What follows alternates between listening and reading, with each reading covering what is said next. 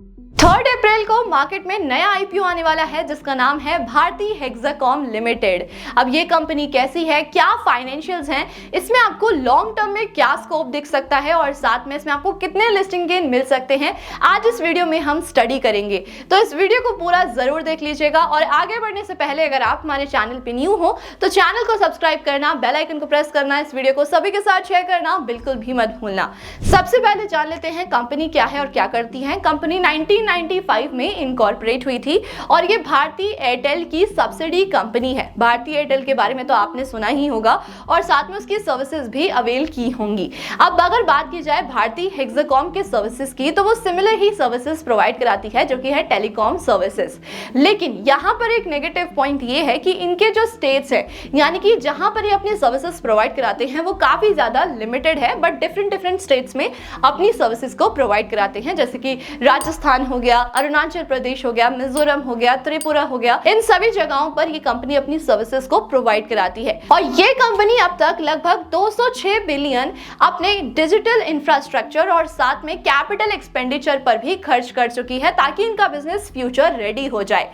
देखा जाए तो ये काफी अच्छा पॉजिटिव पॉइंट है और जो बिजनेस मॉडल है वो भी काफी अच्छा डिफरेंट है और सदाबहार बिजनेस है, क्योंकि जो टेलीकॉम सर्विसेज होती हैं वो हमेशा ही लोग यूज करेंगे और आगे आने वाले टाइम में तो इंटरनेट सर्विसेज और भी ज्यादा इंक्रीज हो सकती हैं। अब वहीं अगर कंपनी के कस्टमर्स की बात की जाए तो कंपनी के पास लगभग 19,000 डेटा कस्टमर्स हैं, जिसमें से लगभग 18,800 कस्टमर्स ऐसे हैं जो कि 4G एंड 5G को यूज करते हैं, जो कि एक काफी अच्छा पॉजिटिव पॉइंट है। अब वहीं कंपनी के पास एज ऑफ मार्च 2023 616 डिस्ट्रीब्यूटर्स भी हैं। अब वहीं पर अगर मैं कंपनी के कस्टमर्स की बात करूं तो कंपनी के पास मार्च 2023 तक 27.1 मिलियन कस्टमर्स हैं अराउंड 486 टाउन्स। अब आगे बढ़ते हैं और आईपीओ के डिटेल्स भी जान लेते हैं। अगर कंपनी के पर शेयर की फेस वैल्यू की बात की जाए तो वो 5 रुपीज है। वही प्राइस बैंड रखा गया है 542 रुपीज से लेकर 570 रुपीज पर शेयर।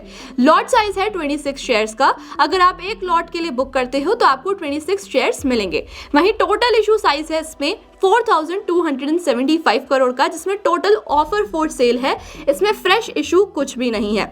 वहीं अगर बात की जाए लिस्टिंग की तो ये बीएसई और एनएसई दोनों पर लिस्ट किया जाएगा। अब अगर आईपीओ के इंपॉर्टेंट डेट्स की बात की जाए तो 3 अप्रैल को आईपीओ ओपन होगा, 5 अप्रैल को इसकी क्लोजिंग डेट है। आप 5 अप्रैल तक ही इसमें बिड कर सकते हो।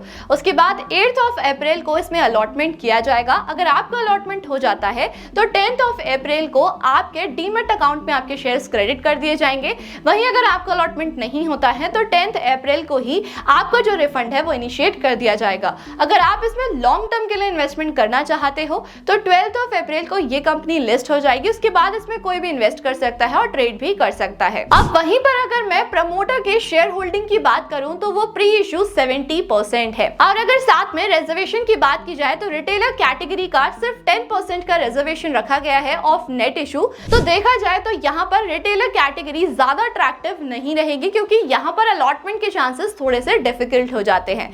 अब यहाँ पर हमने देखा दूसरा नेगेटिव पॉइंट कि प्रमोटर की जो होल्डिंग है वो भी काफी ज्यादा कम है और साथ में यहाँ पर कोई भी फ्रेश इशू नहीं है। सारा का सारा ऑफर फॉर सेल है, यानी कि कंपनी के प्रमोटर्स जाना चाहते हैं और साथ में जो रिजर्वेशन रखा गया है वो सिर्फ 10% का रखा गया है। अब अगर आईपीओ लॉट साइज के प्राइजेस की बात की जाए तो रिटेलर कैटेगरी में मिनिमम आप 1 लॉट बुक कर सकते हो, जिसका अमाउंट रहेगा 14,820 रुपीज।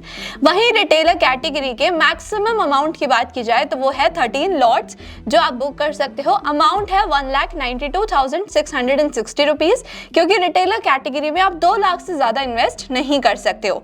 वहीं अगर स्मॉल एचएनआई कैटेगरी की बात की जाए तो यहाँ पर आप मिनिमम 14 लॉट्स बुक कर सकते हो, जिसका अमाउंट रहेगा 2,07,480 रुपीज। बिग एचएनआई कैटेगरी में आप 68 लॉट्स बुक कर सकते हो, जिसका अमाउंट रहेगा 10,07,760 रुपीज। वहीं अगर एचएनआई के रिजर्वेशन की बात की जाए तो उनके लिए 15% का रिजर्वेशन रखा गया है ऑफ नेट इशू। कंपनी के आईपीओ लेकर आने के पीछे 2 मेन ऑब्जेक्टिव हैं। सबसे पहला तो जो कंपनी है अर्ली इन्वेस्टर्स को एग्जिट देने का चांस दे रही है और साथ में कंपनी अपने शेयर्स को स्टॉक एक्सचेंज पर लिस्ट करने का बेनिफिट भी अचीव करना चाहती है।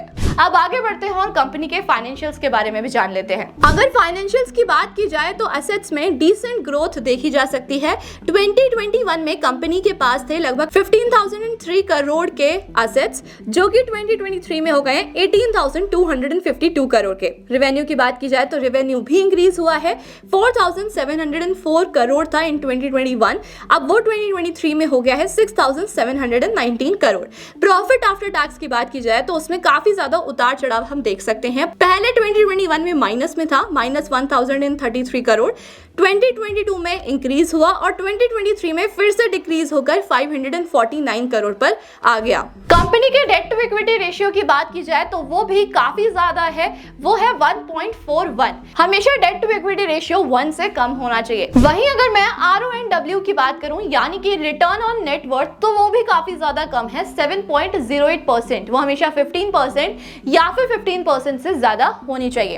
अब अगर हम पीयर कंपैरिजन करें, क्योंकि कंपनी के ऑलरेडी काफी सारे कॉम्पिटिटर्स मार्केट में लिस्टेड हैं, तो इससे हम ये देखते हैं कि कंपनी करेक्ट वैल्यूएशन पर आ रही है या फिर ओवर वैल्यूड होकर आ रही है। अब अगर पीयर कंपैरिजन की बात की जाए तो भारती हेक्साकॉम लिमिटेड का करंट पी चल रहा है 52 अप्रॉक्स।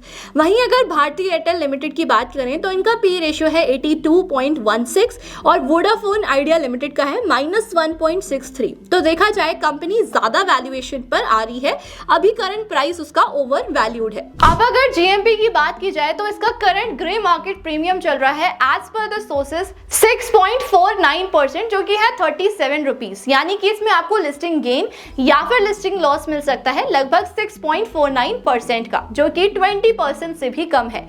हमारा जो मिनिमम क्राइटेरिया होता है वो होता है 20% का। अगर आप किसी भी आईपीओ में अप्लाई कर रहे हो तो उसमें आपको मिनिमम 20% का जीएमपी दिखना चाहिए। बट यस, जीएमपी जो होता है वो काफी ज्यादा वॉलेटाइल होता है और मार्केट डिमांड पे भी डिपेंड करता है। अब लास्ट में अगर बात की जाए कि इस आईपीओ में अप्लाई करना चाहिए या फिर नहीं करना चाहिए, उसके लिए हम सारे पॉजिटिव्स एंड नेगेटिव्स देख लेते हैं। सबसे पहले अगर पॉजिटिव की बात की जाए तो पॉजिटिव में इंडस्ट्री काफी अच्छी है, काफी ज्यादा स्कोप है और ये लॉन्ग टर्म बिजनेस है, चलता ही रहेगा, इसकी जो डिमांड है कम नहीं होती है। वहीं अगर मैं नेगेटिव्स की बात करूं तो मुझे कंपनी में काफी सारे नेगेटिव्स देखने को मिले। सबसे पहले तो ऑफर फॉर सेल है, उसमें कोई भी फ्रेश इशू नहीं है। अगर कंपनी के प्रॉफिट आफ्टर टैक्स की बात की जाए तो वो भी काफी ज्यादा ऊपर नीचे होता रहा है। प्रॉफिट आफ्टर टैक्स हमेशा स्टेबल ही सही होता है। वहीं अगर प्रमोटर होल्डिंग की बात की जाए तो वो भी कम है और साथ में जो रिटेलर कैटेगरी के लिए रिजर्वेशन रखा गया है वो भी सिर्फ 10% है, तो अलॉटमेंट के चांसेस कम हो जाते हैं। अगर आप ग्रे मार्केट प्रीमियम पर डिपेंडेंट रहते हो और उसी के अकॉर्डिंग आईपीओ पर अप्लाई करते हो तो अभी ग्रे मार्केट प्रीमियम भी काफी ज्यादा कम चल रहा है। तो लॉन्ग टर्म में तो मुझे इस कंपनी में ज्यादा स्कोप नहीं दिख रहा है, क्योंकि इससे अच्छी कंपनीज मार्केट में ऑलरेडी लिस्टेड है। अगर आप इसमें सिर्फ लिस्टिंग गेन के लिए अप्लाई करना चाहते हो तो आपको वेट करना चाहिए। आपको फर्स्ट डे देखना चाहिए कि कितना सब्सक्रिप्शन आ रहा है, उसी के अकॉर्डिंग आपको आईपीओ अप्लाई करना चाहिए। ये आईपीओ आपको कैसा लगा मुझे कमेंट करके जरूर बताइएगा। लास्ट में मैं आपको एक और टिप देना चाहूंगी। अगर आप ये चाहते हो कि आपके आईपीओ के अलॉटमेंट चांसेस थोड़े से इंक्रीज हो जाएं या फिर ज्यादा हो जाएं, तो आप मल्टीपल डीमेट अकाउंट से एप्लीकेशन डाल सकते हो। लेकिन आपको ध्यान रखना है कि आप खुद के मल्टीपल डीमेट अकाउंट से अप्लाई ना करो, क्योंकि आपके जो मल्टीपल डीमेट अकाउंट होते हैं उसमें आपका जो पैन कार्ड होता है वो बिल्कुल सेम होता है, जिसकी वजह से आपकी एप्लीकेशंस को कैंसिल कर दिया जाता है। तो आप क्या कर सकते हो, अपनी फैमिली मेंबर्स के डिफरेंट डीमेट अकाउंट ओपन करा सकते हो और उससे अप्लाई कर सकते हो, जिससे कि अलॉटमेंट चांसेस इंक्रीज हो जाएंगे। तो अगर आप डीमेट अकाउंट ओपन कराना चाहते हो तो उसका लिंक आपको हमारे डिस्क्रिप्शन बॉक्स और पिन कमेंट में मिल जाएगा। आप फ्री में डीमेट अकाउंट ओपन करा सकते हो और साथ में उसमें रेफर एंड अर्न भी कर सकते हो। इस वीडियो को जितना हो सके उतना शेयर कर देना और ऐसे इंफॉर्मेटिव वीडियोस को देखने के लिए हमारे चैनल को सब्सक्राइब करना, बेल आइकन को प्रेस करना बिल्कुल भी मत भूलना। Thank you so much.